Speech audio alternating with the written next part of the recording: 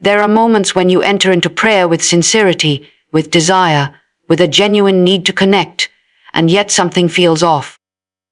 You speak the words, you try to focus your heart, you reach out as you always have, but instead of that familiar sense of closeness, there is distance.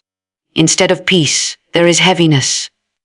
Instead of clarity, there is a strange silence that seems to surround you. And it is not the kind of silence that feels comforting. It is the kind that raises questions. The kind that makes you wonder if your words are going anywhere at all. You begin to notice that your prayers feel repetitive, almost mechanical. The passion that once carried your voice seems to have faded, replaced by effort. You are still praying, but something within you knows that it does not feel the same. And this is where many begin to struggle internally. You may question yourself, wondering if you are doing something wrong. You may try harder, adding more words, extending your time, increasing your effort, hoping that somehow the feeling will return. But the more you strive, the heavier it becomes. It is as if you are pushing against something you cannot see. And there is a unique kind of frustration in this place. Because outwardly, nothing has changed. You are still showing up, still speaking, still seeking. But inwardly, there is a disconnect, a gap between your actions and your experience. And that gap can feel unsettling, even discouraging. And sometimes, it is in these very moments that a deeper issue is being revealed. Not something loud or obvious, but something subtle. Something that has quietly settled within your heart over time. It does not announce itself. It does not demand attention. But its presence is felt in the way your prayers no longer flow as they once did. And when prayers feel blocked, it is easy to assume that the problem is external. That circumstances are too overwhelming, that distractions are too strong, that life has simply become too busy. But often the blockage is not around you. It is within you, hidden beneath the surface, beyond the reach of casual awareness. And this is what makes it so difficult to recognize. Because you cannot see it clearly, you cannot easily address it. You only feel the effects, the silence, the heaviness, the sense that something is not moving the way it should. And it can feel as though heaven itself has become distant, as though your voice is no longer being heard. But the truth is far more personal, far more intimate. The silence is not always a sign of absence. Sometimes it is a signal, a gentle but persistent indication that something needs attention within your own heart. And not something to fear, but something to uncover. Something that has been carried quietly, perhaps for longer than you realize. And until it is brought into the light, until it is acknowledged, it continues to affect the way you connect, the way you pray, the way you experience that closeness you long for. There are barriers that do not appear in obvious ways. They do not announce themselves with loud warnings or visible signs. They settle quietly within the heart, blending into your thoughts, your habits, your reactions, until they feel almost natural. You continue living, continue praying, continue seeking, yet something unseen begins to interfere with the flow of your connection. And these barriers are not always actions. They are often conditions of the heart. Subtle shifts in attitude, small compromises in thought, quiet patterns that develop over time.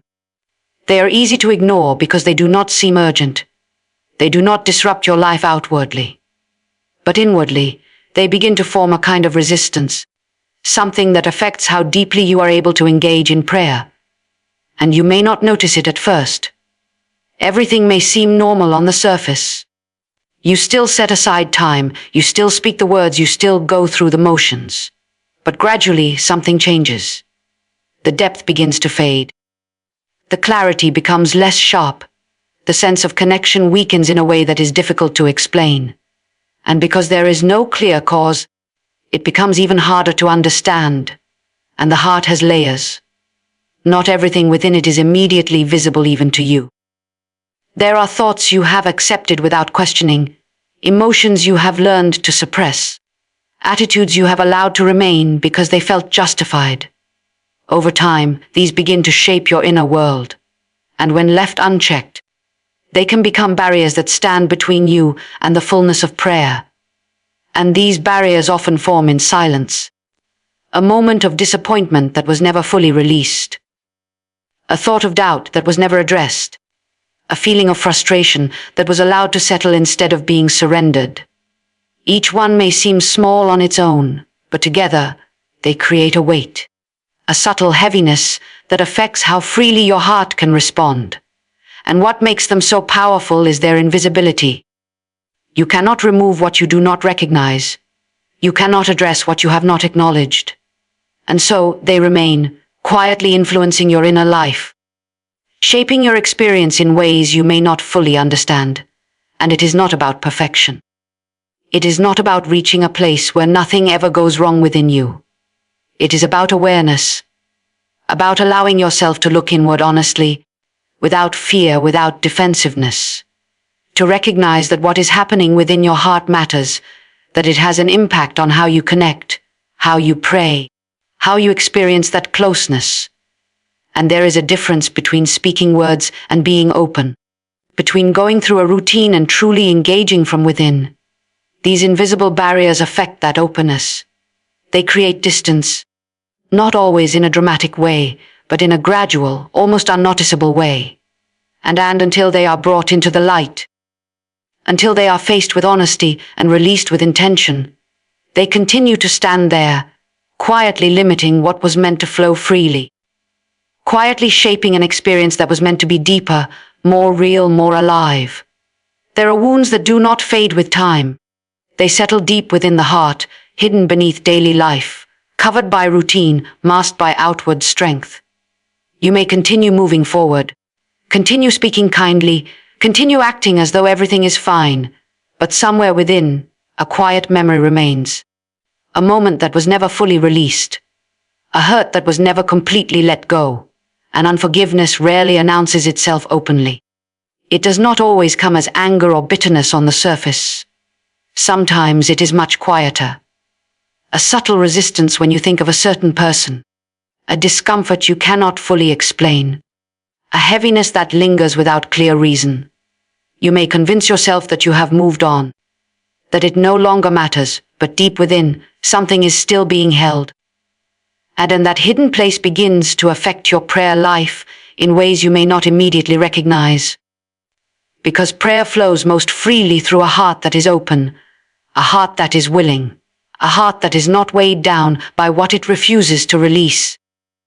When unforgiveness is present, it creates tension within. A division between what you are expressing outwardly and what you are carrying inwardly. And you may find yourself praying, saying the right words, asking for guidance, seeking peace, yet something feels restricted. Not because the words are wrong, but because the heart is not fully free. There is a part of you that is still holding on, still guarding something, still unwilling to fully let go. And that holding becomes a barrier, something that interrupts the natural flow of connection. And unforgiveness has a way of binding your focus to the past. It keeps a part of your heart tied to what has already happened, preventing you from being fully present. Even if it is not constantly in your thoughts, it remains beneath the surface, influencing your reactions, shaping your emotions, affecting your openness in ways you may not consciously notice. And it is not about denying the pain. It is not about pretending that what happened did not matter.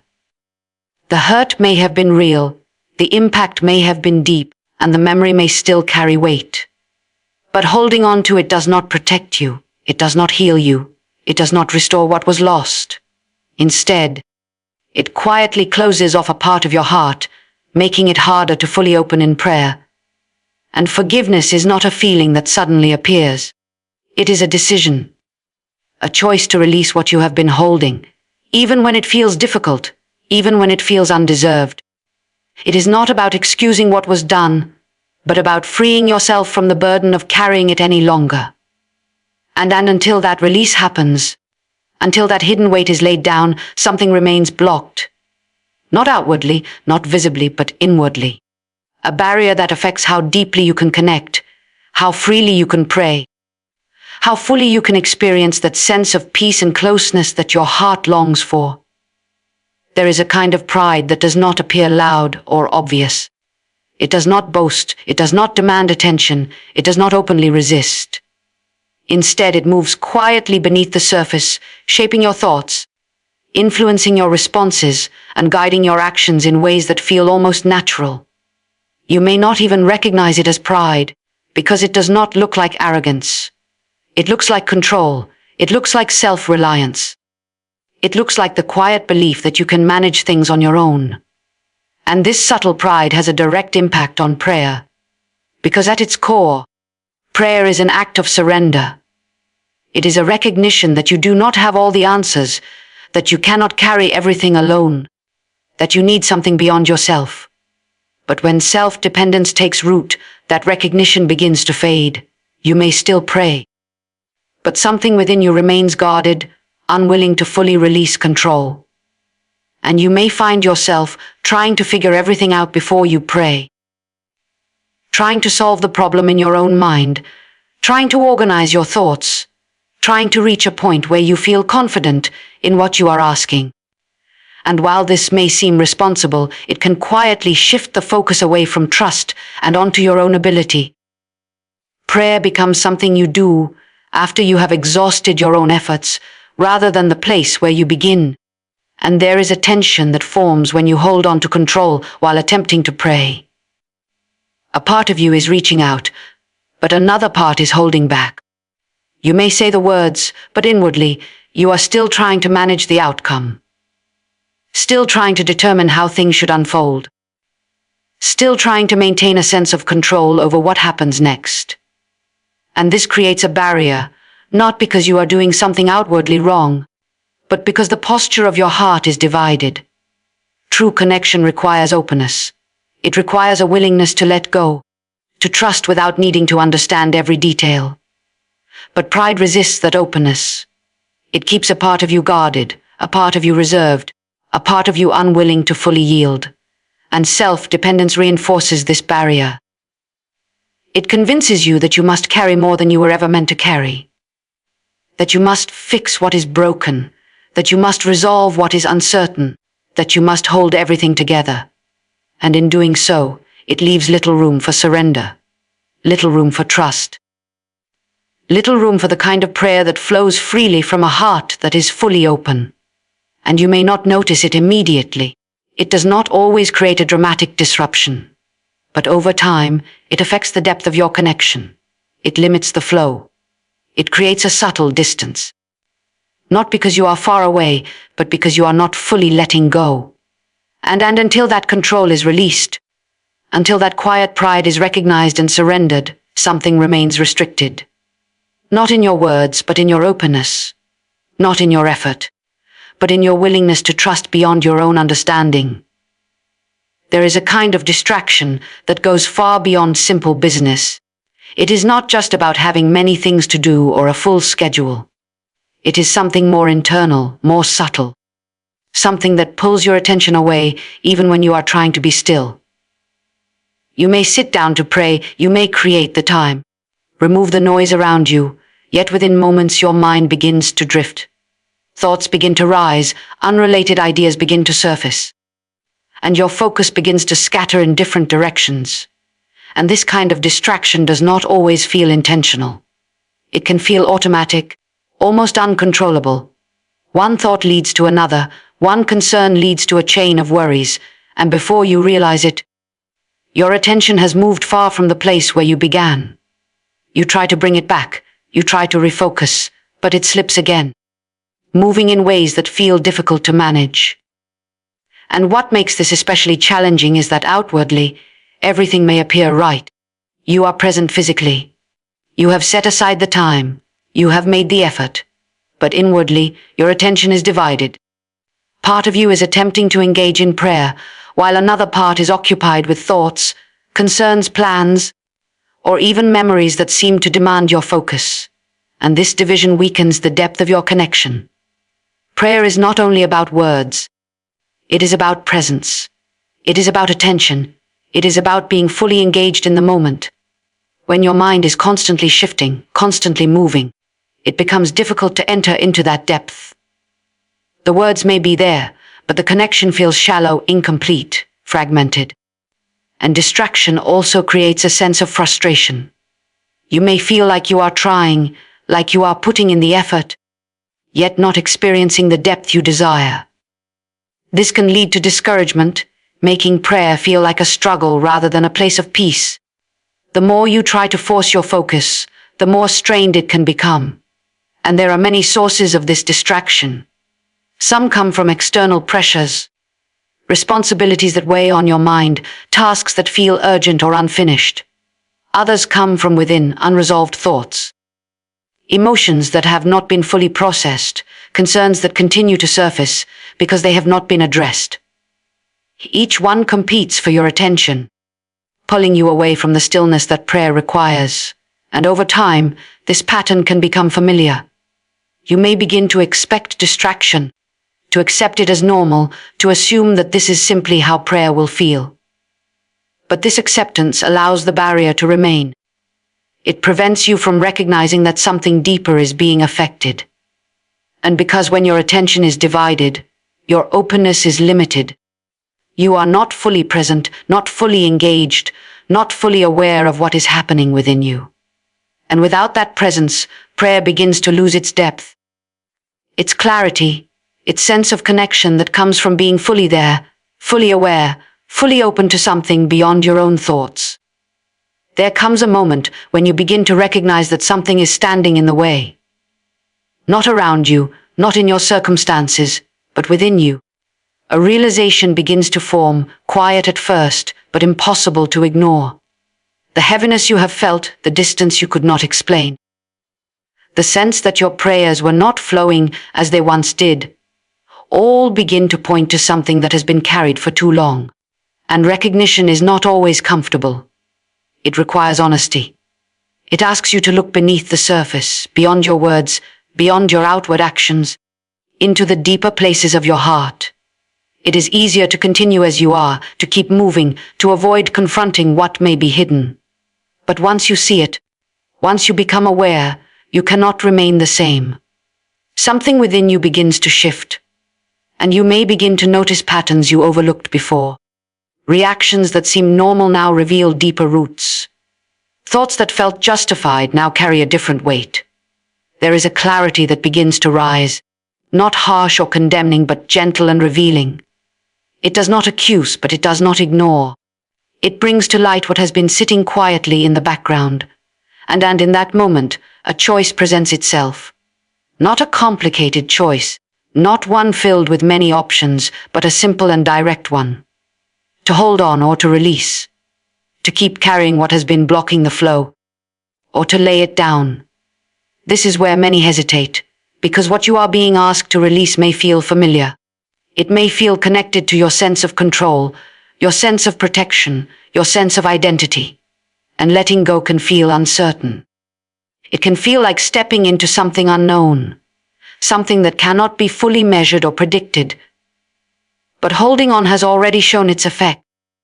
It has created distance. It has limited openness. It has quietly shaped your experience in ways that have left you feeling stuck. And removal does not happen through force. It does not come from trying harder or pushing yourself into a different state. It begins with willingness. A willingness to let go, even if you do not feel ready.